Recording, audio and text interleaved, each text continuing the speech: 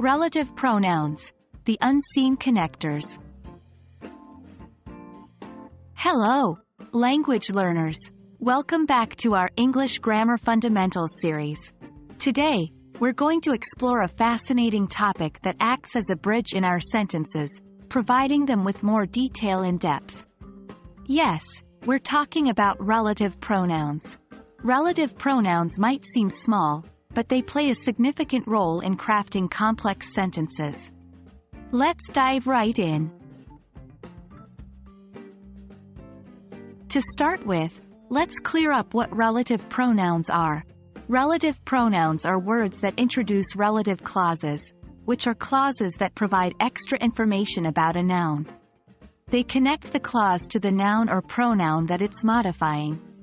In English, the most common relative pronouns are who, whom, whose, which, and that. Now that we know what relative pronouns are, let's dive into the specifics of each one. 1. Who. We use who when referring to people. It's a subject pronoun, meaning it acts as the subject of the clause. For example, the woman who lives next door is a doctor. 2. Whom. Whom also refers to people, but it's an object pronoun, so it acts as the object of the clause.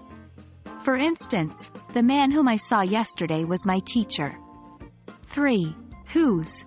Whose shows possession and can refer to both people and things. An example could be, the girl whose cat is missing put up posters. 4. Which refers to things or animals. Like, the book which is on the table is mine. 5. That is a bit of a chameleon as it can refer to both people and things. It's versatile and very commonly used, such as, the movie that we watched last night was thrilling.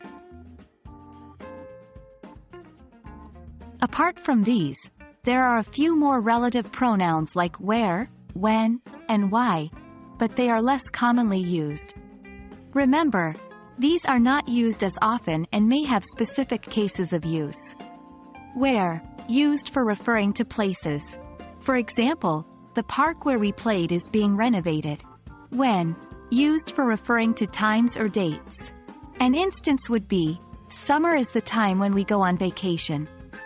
Why, used for referring to reasons. An example could be, the reason why I am late is that my car broke down. And that's it for today. Remember, relative pronouns are essential tools in linking sentences and adding more information to your statements. I hope this video has helped clarify their role in sentence construction. As you continue learning English, you'll find that these small words can make a big difference. Keep practicing and see you in our next session.